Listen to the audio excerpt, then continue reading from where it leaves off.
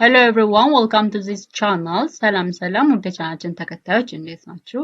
በዛሬ ቪዲዮአችን ስለ common English idioms እናያለን። idioms ማለት ፈሊጥ በአማርኛ ፈሊጥ ወይም ደግሞ አባባል ማለት ነው። እነዚህ most of the time አባባሎች ያው እኛም አበሾችን በጣም እንጠቀማቸው አባባሎች አሉ። እንዲሁም ደግሞ የእንግሊሽ ኔቲቮችም እነዚህ idiomoችን most of the time በሚያወሩት any conversation ላይ to make the conversation easy ለማድረግ ንግግራቸው more advanced ለማድረግ and it is to make it easy ለማድረግ ቀላል ለማድረግ ኢዲየሞችን ወይም ደግሞ ፈሊጥ አባባላዊ አባባል ንግግሮችን ይጠቀማሉ። ዛሬ ኮመን የሆኑትን እንግሊሽ ኢዲየሞችን ቢያንስ 10ዎቹን እናያለን። at the end of the 10th idioms ደግሞ I have a question for you. አንድ ጥያቄ አለችን። ያቺ ኢዲየም ምን ማለት እንደሆነች ኮሜንት ላይ ተጽፉልኛላችሁ ትርጉሟን። ወደ ትምህርታችን እንሂድ። the common English idioms. Idioms are expressions whose meanings are different from the literal meaning of the word. idiomoች ማለት it is expression ንግግሮቻችንን የምንገልጽበት መንገድ ነው።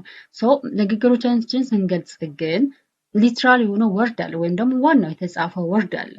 ከዛኛው ከተጻፈው ወርድ ግን ሚኒንጉ ወይም ደግሞ ትርጉሙ ለየት ያለ ከሆነ it is idioms ይባላሉ። it is used for expression ነው በቃ ለመነጋገር ወይም ደግሞ it is during a conversation ጊዜ የምንጠቀማቸው ነው። ኤክስፕረስ ለማድረግ ሀሳባችንን መግለጽ የምንጠቀማቸው ናቸው። but their meaning is different from the literal meaning of the word. ለምሳሌ break the ice ስንል break the ice ስንል ምንድነው? it is ice when it is በረዶውን መስበር ነው አይደል የሚለው? it is the literal meaning it is በረዶ መስበር ነው። but in the as a idiom ስናየው ግን እንደ ፈሊጣዊ ንግግር እንደ አባባል ስናየው ግን ሊትራል ሚኒንጉ ግን እንደዛ ማለት አይደለም። ኢዲየሞች ሁልጊዜም ከሊትራል ሚኒንጋቸው ትርጉማቸው ለየት ያለ ነው። break the ice ማለት start a conversation in a social situation። ስለዚህ በቃ ንግግር ጀምር ማለት ነው። conversation ወይም ደግሞ ንግግሩ ወይም ደግሞ ጭውውቱን ጀምር ማለት ነው። break the ice ሲባል ንግግር መናገር ጀምር ወይም ደግሞ ንግግሩን ቀጥል ነው። example, he told a joke to break the ice. አያችሁ ምንድነው ንግግሩን ለማስጀመር ምን ቀልድ ጀመረ ወይም ደግሞ ቀልድ ተናገረ። he told a joke to break the ice. ስለዚህ ያንን ያሉበትን ኮንዲሽን ለማድረግ ንግግር ምናምን እንዲፈጠር ወይም ደግሞ እርስ በራሳቸው እንዲጨዋወቱ ምን አደረገ? ቀልድ ጀመረ። it is break the ice means it is not about breaking the ice. ይሄ በረዶ መስፈር ምናምን ሳይሆን it means start a conversation in a social situation. it is ከጓደኞቻችሁ ጋር ምናምን ሆናችሁ ምናምን ሁላችሁም ማታወሩ ምናምን ከሆነ ሁሉም ማያወራ ከሆነ ወይም ደግሞ ምንም አይነት ወሬ ያልጀመረ ከሆነ you have to start that. ስለዚህ he told a joke to break the ice. ስለዚህ እዛ ጋር ያለውን ዝምታ ለመስበር ሲል ምን አደረገ? ቀልድ ማውራት ጀመረ ማለት ነው። it is break the ice means starting a conversation ነው። and the other one is piece of cake. አሁን piece of cake ሲባል ሊትራል ሚኒንጉ ማለት ነው ትንሽዬ ኬክ ማለት ነው። ትንሽዬ ወይም ደግሞ ትንሽ የሆነች ኬክ ማለት ነው። but in the idioms rule ግን እንደዛ ሊትራሊ ሚኒንጉ እንደዛ ማለት አይደለም። piece of a cake ማለት it is very easy በጣም ቀላል የሆነ ነገርን መግለጽ ስንፈልግ piece of a cake ማለት ትችላላችሁ። ስለዚህ piece of a cake ባይዘው እነዚህ ኤደሞች በጣም የንግግር ንግግራችሁን በጣም አድቫንስድ የሚያደርጉ ወርዶች ናቸው፣ ኤክስፕሬሽኖች ናቸው። ስለዚህ ተጠቀሟቸው እነዚህ አይደሞች። it is piece of a cake means it is very easy ማለት ነው። very easy. Example, the exam was a piece of a cake. the exam was it is piece of a cake. ለምሳሌ the exam was a very easy ከምትሉ the exam was a piece of a cake. ስለዚህ ኤግዛሙ በጣም ቀላል ነበረ። piece of a cake means very easy በጣም ቀላል ነው ማለት ነው ትርጉሙ። and the other idiom is under the weather. this under the weather it means feeling sick. የህመም ነገር ምናምን ሲሰማችሁ I felt under the weather ማለት ትችላላችሁ። የህመም ስሜት እየተሰማኝ ነው ማለት ነው። ስለዚህ under the weather ማለት feeling sick የህመም ስሜት መሰማት it is under the weather ይባላል። example, I stayed home because I felt under the weather. ለምሳሌ I stayed home because I felt sick ከምትሉ I stayed home because I felt under the weather. ሶ ቤተቆየሁት ምክንያቱም እያመመኝ ስለሆነ ነው። ቤተቆየሁት እያመመኝ ስለሆነ ነው። ስለዚህ I felt under the weather it means feeling sick የህመም ስሜት መሰማት it is under the weather ይባላል። and the other idioms is hit the books so አሁን ለምሳሌ ይህን ስታስቡት ምንድነው መጽሐፉን ጣልዘው ወይም ደግሞ መጽሐፉን እንትን ምታው እንደማለት ነው አይደል? but the literal meaning ምንድነው የአይደምስ ወርዶች always ሚኒንጋቸው ወይም ደግሞ ትርጉማቸው it is different from the literal meaning of the word ነው። so ከቃሉ ትርጉማቸው literally ይለያል። so hit the books ማለት study hard ማለት ነው። ጠንክሮ ማጥናት በደንብ ማጥናት hit the books ይባላል። hit the books I need to hit the books tonight so እኔ tonight ወይም ደግሞ ማታ ጠንክሬ ማንበብ እፈልጋለሁ። so you can say I need to hit the books tonight so I need to study hard tonight ከምትሉ I need to hit the books tonight so እኔ ሌሊት ወይም ደግሞ ማታ ጠንክሬ ማንበብ እፈልጋለሁ። so hit the books means study hard ስለዚህ እነዚህ ኤደምስ ወርዶችን ወይም ኤክስፕሬሽኖችን በመጠቀም ፊሊንጋችሁን ንግግራችሁን ምናምን ሞር አድቫንስ ማድረግ ትችላላችሁ and more attractive ደግሞ ማድረግ ትችላላችሁ። ለምሳሌ I need to hit the books tonight ስትሉ hit the books ምን ማለት ነው ሚላችሁ ሊኖር ይችላል። so እናንተም በዛ ሌሎችን ማስተማር ትችላላችሁ ማለት ነው። ስለዚህ I need to study hard ከምትሉ I need to hit the books tonight ስለዚህ ዛሬ ማታ ወይም ደግሞ ማታ ጠንክሬ ማንበብ እፈልጋለሁ። so hit the books ማለት it is study hard and the other one is spill the beans so it means reveal a secret so a secret ወይም ደግሞ ምስጢር የሆነ ነገር ማድረግ it's መናገር ወይም ደግሞ ደብቃችሁ የነበረው ምስጢር ምናምን ማውጣት ማለት ነው reveal ማለት። ስለዚህ it is I need መግለጥ ማለት ነው አይደል? ወይም እንትን አውጥቶ መናገር so reveal ማለት መግለጥ ነው። ስለዚህ spill the beans ማለት beans ባቄላ ነው አይደለ?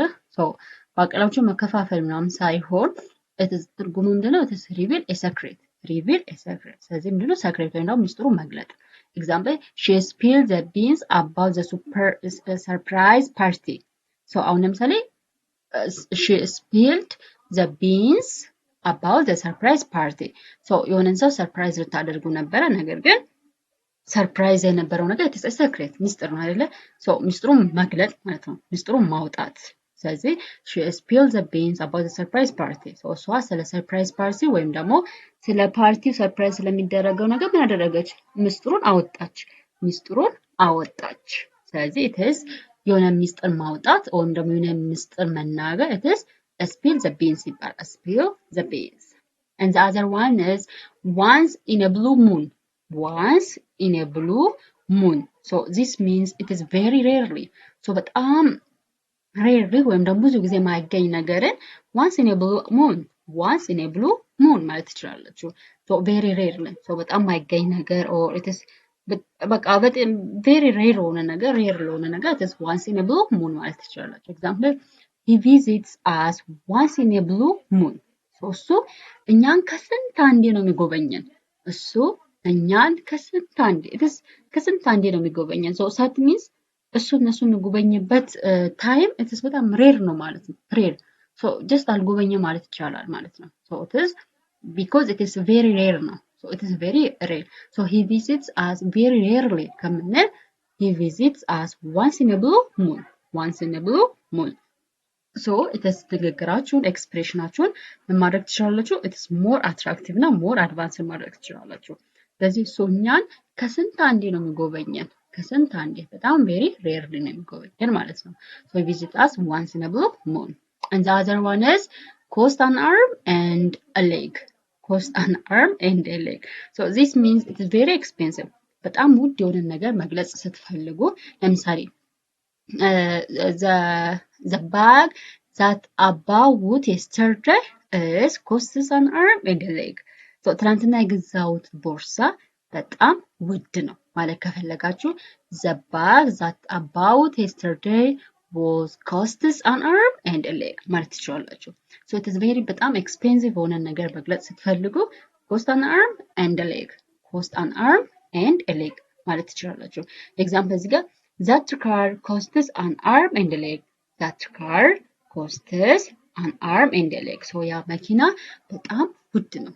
ያ መኪና በጣም ውድ ነው። costs an arm and a leg so ቃላቶች ራሱ ደስ ይላሉ አይደለ? so ስታወሯቸው ራሱ it is interesting ናቸው attractive ናቸው ማለት ነው። and the other one is call it a day call it a day call it a day so this means stop working ማለት ነው።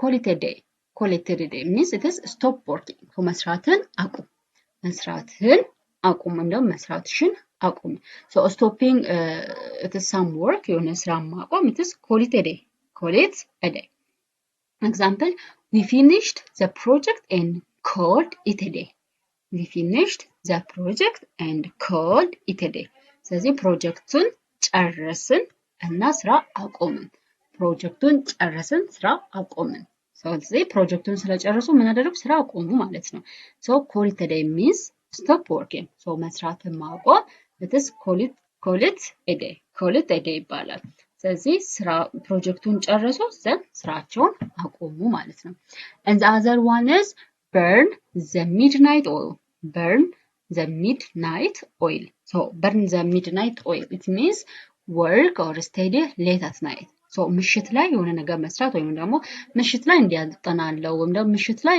እንዲያደርጋለው ምናምን ሲባል it is burn the midnight oil burn the midnight oil work or study late at night so late at night example she burned the midnight oil before the exam she burned the midnight oil before the exam so እሷ ከኤግዛም በፊት ሌሊት ታጠናለች እሷ ከኤግዛም በፊት ምንድነው ከመንጋቱ ወይም በፊት ማለት ነው so እሷ ከኤግዛም በፊት ወይም ፈተና ከመፈተኗ በፊት ሌሊት ተነስታ ታጠናለች so burn the midnight oil means work or study late at night so ምሽት ላይ ሌሊት ተነስቶ ወይም ደግሞ ሌሊት የሆነ ነገር ለመስራት ምሽት ላይ ነገር መስራት it is burn the midnight oil so she burned the midnight oil before the exam so ከኤግዛሙ በፊት ከፈተና በፊት እሷ ሌሊት ተነስታ ታጠናለች ማለት ነው and the 10th one and the last one is the ball is in your court the ball is in your court so ምንድነው አሁን ለምሳሌ ምንድነው